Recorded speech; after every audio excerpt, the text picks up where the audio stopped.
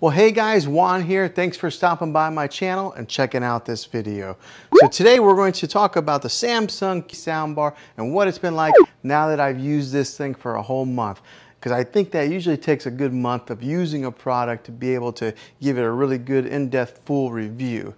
And so now that I have owned this thing for a month, I'm going to give you guys my thoughts on it. Now the way I'm going to structure this video is I'm going to give you guys a full review, and then at the end I will really give you my 1 month review thoughts on this. So let's review it, and then at the end I will give you my 1 month review thoughts. So let's go ahead and put in the review footage in now. All right, so let's talk about the cosmetics on it first to get started off. So on the top and the side here, or on the front and the top here, it's got a metal grill that's kind of gives you a little bit of that industrial feel. And it is a pretty solid soundbar. It's got a little bit of weight to it. I did not mount it onto the wall. I just kind of put it right here. Well, basically, because I can't mount it onto the wall. I'm on a corner section here in this room, so there was no way for me to mount it. But I think it looks pretty good like this, just on the stand right below TV. And the way that Samsung designed this is to pair up with their television. So as you can see, it does not go up above the screen any. So that's kind of nice, give it that nice clean look. And it's got the branding on the top here that says Samsung, but it's black, metal, real sleek looking. Now in the top corner over here, there's the indicator light. It's only on this side of the soundbar all the way to your right. And then also on this indicator light, it lets you know what input you are running. So since I am running an optical cable to it, it says direct in. If I was running Bluetooth, it would say BT. And if you're running like through an HDMI cable, it would say that also. Now the remotes on these things, they are really thin like that, so that makes it kind of easy to get lost in a couch or a chair, but they're really similar to the QLED TV remote. So let's take a good look at here. So this one here is the QLED remote, this one here is a soundbar remote. As you can see, there's not a whole lot of difference between the two.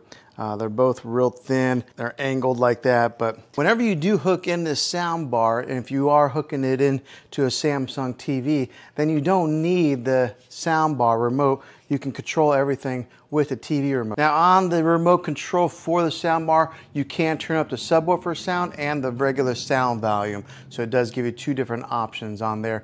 Now the different sound types that this thing has, the different sound modes are standard, surround, Game Pro, and adaptive. Now the differences with these models is that surround gives you that all-around widest sound stage, particularly in like a bigger section, so it gives you that nice all-around sound.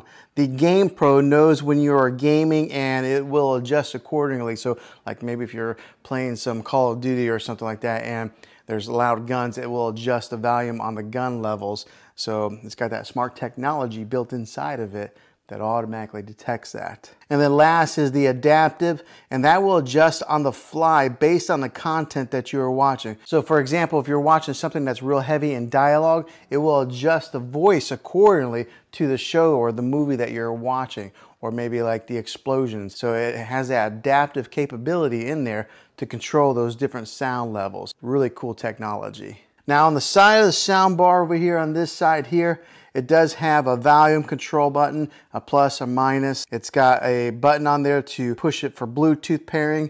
And what you would do with that, when you push the Bluetooth pairing, you gotta push it, it'll come up there, Bluetooth. Then you gotta hold the Bluetooth button for about 5 seconds, and then that sets it into pairing mode to pair it with whatever device that you're wanting to Bluetooth with it. So it is a little bit of a learning curve on that, but and it's really clean with not having a whole lot of buttons on the side there. And then of course there's the power button on the side as well. But when it comes to the Bluetooth, you might have to have a little bit of patience. 5 seconds. Okay, so now let me give you a little bit of a sound test with this to show you guys what it sounds like, and then I'll dive into more of the specifics with it. In the center, and let's go ahead and play it.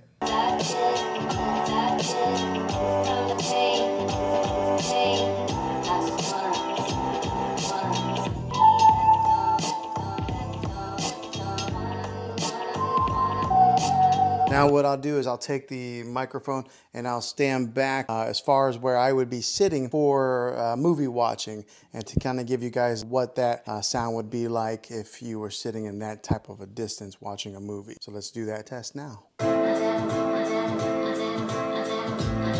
Okay, so that gives you a little bit of an example of what this thing sounds like. It's a great sounding soundbar. So there are speakers on the top, and then there are speakers here in the front that are booming out, and then you got the soundbar that I have sitting on the floor there. You do get a dedicated center channel, which does a fantastic job of handling the vocals when it comes to any kind of movies or anything like that.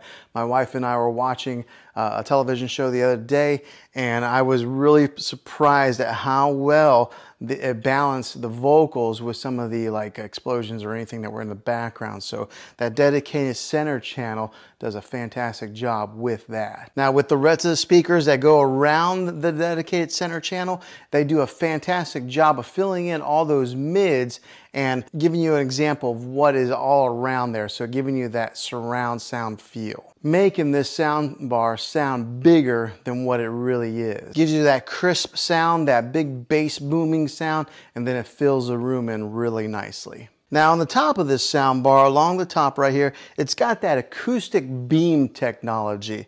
Now what that is say there's like for an example, there's a car, you're watching Fast or Furious or something like that, and there's something on the screen that moves here and just kind of moves along with the screen. The beam technology will give you that sound that kind of goes right along with it, just like that, moving with the action that's on the screen. Some really cool technology. Now I can't really show you on video obviously because it's video, but you're gonna have to take my word for it. That is a really nice little feature on this soundbar here. Now on the back of this soundbar, you do get some good connections, different types of connections to kind of go with whatever TV that you have. You get two HDMI imports. One of them is that ARC HDMI input.